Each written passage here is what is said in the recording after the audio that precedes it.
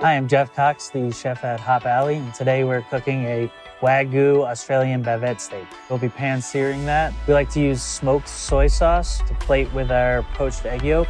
We find that the rich, creamy, cheesy yolk paired with the sharp salt and cooling smoke of the soy sauce comes together to really highlight the flavor of the beef itself. It complements but doesn't cover up and really finds a nice balance of flavor. I love the cut bavette. I come from a French background, and it's actually a French name for a cut of flank steak across the grain. Season it with salt first, of course, then sear it off in a ripping hot pan with just a little neutral oil until it's got a nice crust and color on all sides.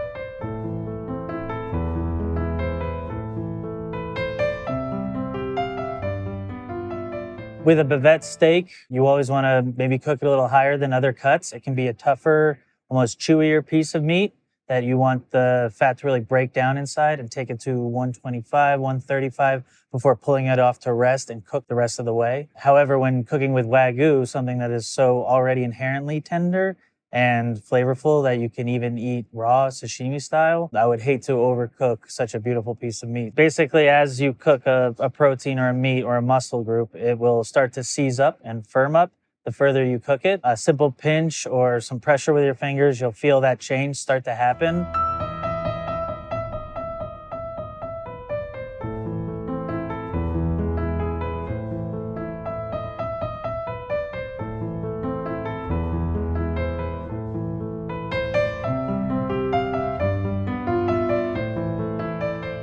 We really just did it by touch today, feeling our steak. The second that steak started to firm up a little on the outside and we had a good crust, we pulled it right off of heat. And of course, the most important part of cooking any steak is letting it rest. If you slice right into your hot steak fresh off the pan, then you're gonna lose so many juices and flavors. You wanna let it rest and continue to cook, and those fats to continue to rotate inside of your piece of meat so that it's ready to eat. Just warmed above room temperature is really what we're looking for to actually serve it, because you can't serve this too rare.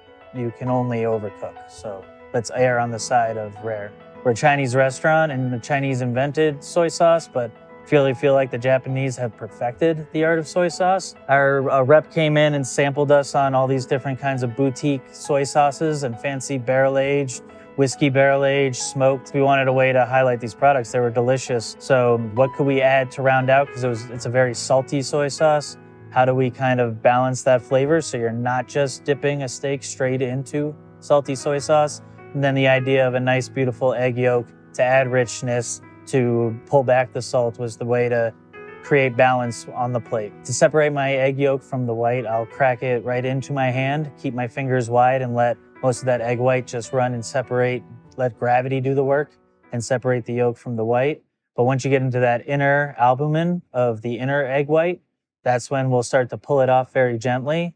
And then you'll have the small strands of protein still sticking to the egg yolk. I like to use a tweezer to just clean that up and remove as much of that as possible so you don't see as much of it in the final product.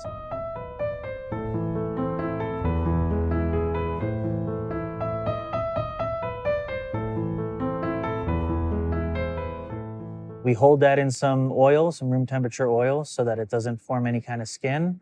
And meanwhile, we're heating oil up to anywhere between 60 and 90 degrees Celsius, dropping that egg yolk very gently into that oil. And it only takes about 5 minutes for it to be cooked all the way through to a point where it's still runny, but the cooking process brings out that cheesy creaminess that we love in a runny egg yolk. You might have seen there's a little bit of white on the yolk as it came out of the oil, but yeah, it's just trying to preserve a presentation. We want yellow yolk next to black soy sauce on the final plate, which also makes for a really nice, sexy presentation. And any of my cooks could tell you that I'm a big stickler when it comes to slicing your steaks against the grain. You don't just take a bias and cut willy-nilly. Every piece of meat, every protein, every muscle has a grain and fibers running through it that if you're able to cut perfectly perpendicular to that, you will then get a tender and more melt-in-your-mouth bite of steak. So it's important to not just observe the obvious direction of the grain, which with this bavette cut is just simply right to left. But if you look even on the side of the steak, you'll see that it undulates and that it kind of goes upward. So what I'm going to do with my knife is hit that perpendicular and make sure my bias is completely 90-degree angle from that grain as I slice all the way through the steak, even as I turn it. And what you end up with is a noticeably nicer product. You've perfectly and beautifully cooked the steak. The worst thing you can do is then slice it incorrectly and not have it achieve its full potential.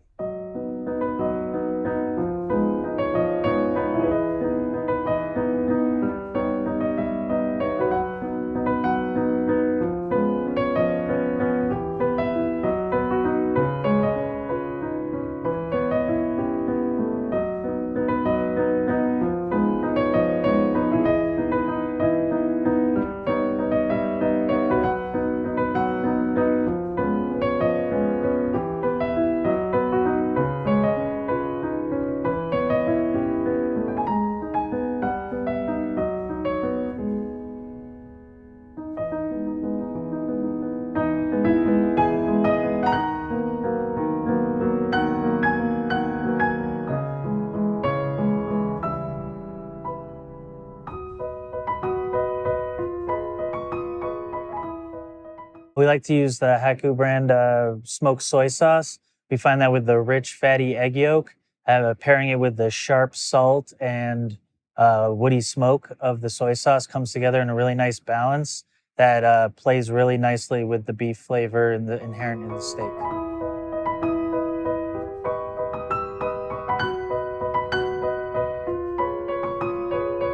After we use some nice flake salt to finish the dish, we also do some fresh cracked black pepper and green Sichuan peppercorn over the top. Really just takes it to the next level. The green peppercorn, Sichuan peppercorn being different from a red Sichuan peppercorn, and that is much more floral and nutty. So we get really those flavors working great with the beef and the soy and the egg.